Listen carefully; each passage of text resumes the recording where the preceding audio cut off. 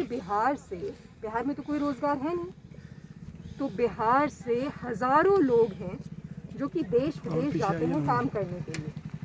तो इसीलिए ऐसा ट्रांसपोर्टेशन, ऐसी सारी सुविधाएं होनी चाहिए कि उनको जाने आने में कम से कम दिक्कत ना हो।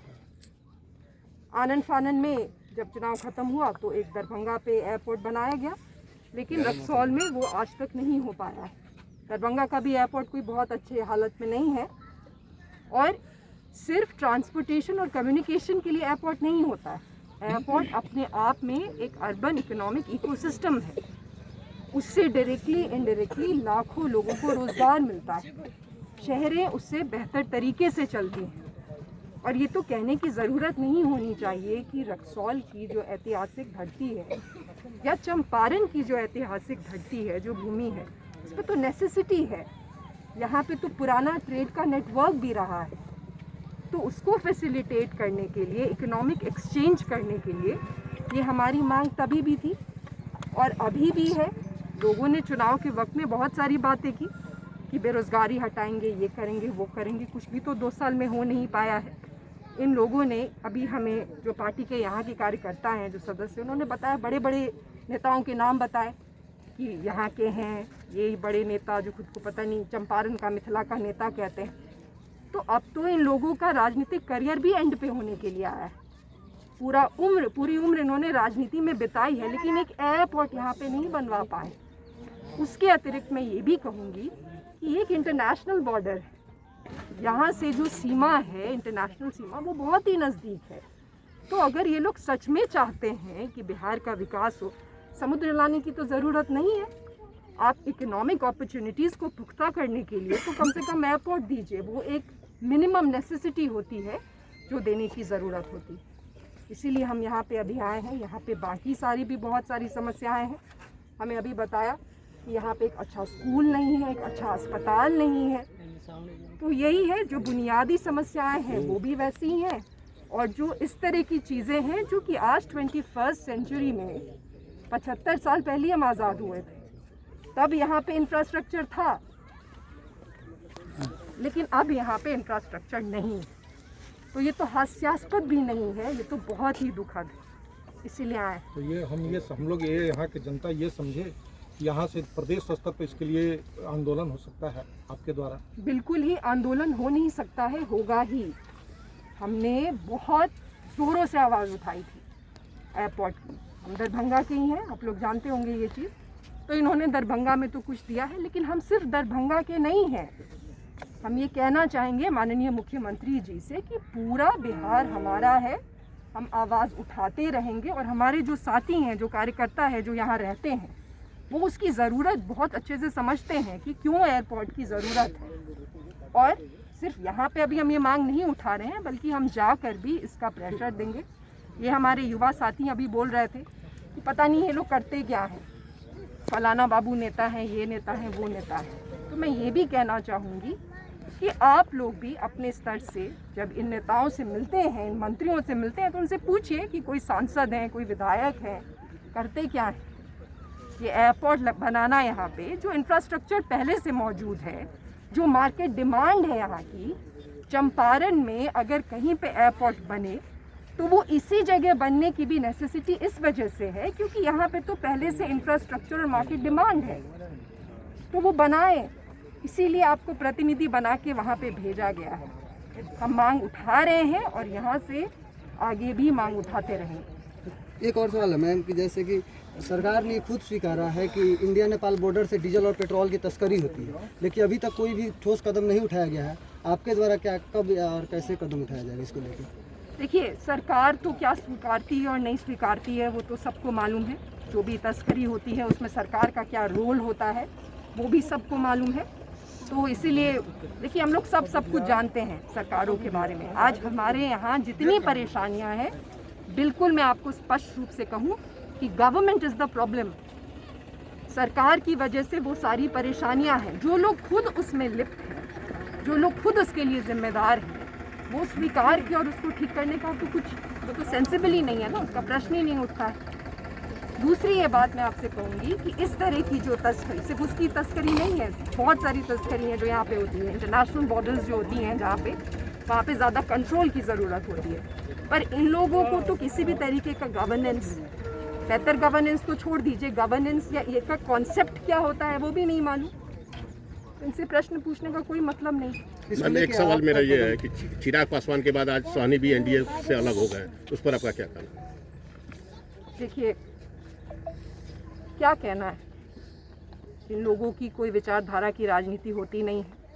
ये लोग के लिए राजनीति तो सिर्फ सत्ता के लिए होती है, सत्ता के लोभ के लिए होती है कि किसी भी तरीके से वहाँ बैठ जाना है। ये हमारे देश का दुर्भाग्य है कि अब विचारधारा की राजनीति देश से ख़त्म हो गई है। और ये कोई सिर्फ ये इस पार्टी या उस पार्टी की बात नहीं है, ये सबों की बात है। क्योंकि ये लोग कोई चुनाव किसी पार्टी से लड़ते हैं, दूसरा चुनाव किसी और पार्टी में जाके लड़ते हैं।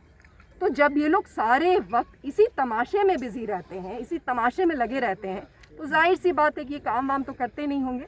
उसी का एक सबूत है यहाँ पे। दूसरी बात ये आपकी जानकारी के लिए हम दे दें कि यहाँ एक अस्पताल का निर्माण हुआ था, मिशन का अस्पताल है, डंकन हॉस्पिटल, 1930 में। उस समय लाल चुनियाना सांसद हुआ करते थे अरुणाचल प्रदेश से। रक्सौल मेडिकल कॉलेज के लिए प्रस्तावित था डंकन हॉस्पिटल, और पूरे नॉर्थ बिहार में सिंगल हॉस्पिटल था जो काठमांडू से लेकर के आपके दरभंगा के लोग यहाँ उपचार के लिए, दरभंगा तो शुरू से हब रहा है, उसके बावजूद दरभंगा से लोग यहाँ आते थे। लेकिन आज की स्थिति में श्रीमती गांधी की यात्रा हुई है, जो इंफ्रास्ट्रक्चर वो देख रहे हैं स्टेज, वहाँ के प्रधानमंत्री चंद्रशेखर जी का वो स्टेज है, इस एयरपोर्ट पर आए थे, उस समय घोषणा किए थे कि भाई इस एयरपोर्ट को हम उसी से चालू करेंगे। जनरल करियप्पा के द्वारा 1962 में चीन युद्ध के बाद में सर्वे के द्वारा, बॉर्डर सर्वे के द्वारा रक्सौल एयरपोर्ट का और गोरखपुर एयरपोर्ट का देखा गया कि बस ये सामरिक दृष्टिकोण से काफ़ी महत्वपूर्ण ये जगह है, इस एयरपोर्ट का निर्माण कराया गया। तो हम ये जानना चाहेंगे कि रक्सौल में ट्रामा सेंटर की बात श्रीमती गांधी ने कही थी, जो अभी अनुमंडलीय अस्पताल भी यहाँ नहीं बना 20 वर्ष अनुमंडल की स्थापना के बाद। और किसी भी देश के लिए, किसी भी समाज के लिए, किसी भी जगह के लिए स्वास्थ्य और शिक्षा और सड़क और यातायात व्यवस्था काफ़ी अनिवार्य है। और आज जो है शिक्षा और स्वास्थ्य के संबंध में ये क्षेत्र जो है काफ़ी पिछड़ा हुआ है। और आज भी इस चंपारण के धरती, रक्सौल के धरती पर 3 बार गांधी आए हुए हैं, 3 बार गांधी की यात्रा रक्सौल में हो चुकी है। आज भी रक्सौल में एक गांधी की आवश्यकता है। इस संबंध में आप क्या? देखिए, गांधी जी का तो यहाँ पे सिर्फ अपमान करते हैं लोग। हम कल भी ये बात कह रहे थे कि हर जगह गांधी जी का साइनेज लगा के रखा है, लेकिन उनको मान देने के लिए, सम्मान देने के लिए यहाँ की व्यवस्थाओं को इन्होंने आज तक ठीक नहीं किया है। अगर ये बापू की धरती है, ये आप खुद लिख रहे हैं, अगर सरकारें खुद साइनेज पे ये चीज़ लिख रही है तो वैसा इंतज़ाम भी तो करिए, क्योंकि ये पता चले कि हाँ ये उनकी कर्म भूमि है, ताकि और भी गांधी यहाँ से निकले। तो ये तो हालत है यहाँ की। जहाँ तक शिक्षा और स्वास्थ्य की आप बात कर रहे हैं, दरभंगा मेडिकल कॉलेज हॉस्पिटल की भी क्या हालत है आपको मालूम है? वो तो बद से भी बदतर हो गई है। एक इकोनॉमिक्स में स्टेडी स्टेट होता है जिसमें जगह ऊपर की तरफ बढ़ती है। हम लोग पिछले 30 वर्ष में सिर्फ पीछे की तरफ बढ़े हैं। और आप इंदिरा गांधी जी की बात कर रहे थे, बहुत सारी ऐसी योजनाएं हैं जो कि इंदिरा गांधी जी ने शुरू की थी, बहुत सारे ऐसे वादे थे जो कि उन्होंने किए थे। उसके बाद तो लालू जी ने कांग्रेस के साथ ही मिलकर सरकार चलाई थी, उसमें भी वो वादे पूरे नहीं हुए और आज तक वो सारे वादे पूरे नहीं हुए। अब की जो सरकार है उसको तो और भी लेना देना नहीं। आप सबको कहूँगी कि सबको गांधी जी बनने की ज़रूरत है, क्योंकि शासन और सरकार इसी वजह से होता है कि आप जो बुनियादी व्यवस्थाएं हैं उनको ठीक करिए। मैं ये जानना चाहूँगी, आप सब प्रबुद्ध लोग हैं, मैं आप लोगों से ये पूछना चाहूँगी कि सड़क भी जहाँ पे नहीं है, सड़क का ढिंढोरा पीटते हैं ना माननीय मुख्यमंत्री जी, सड़क की क्या हालत है वो आप सबको मालूम है।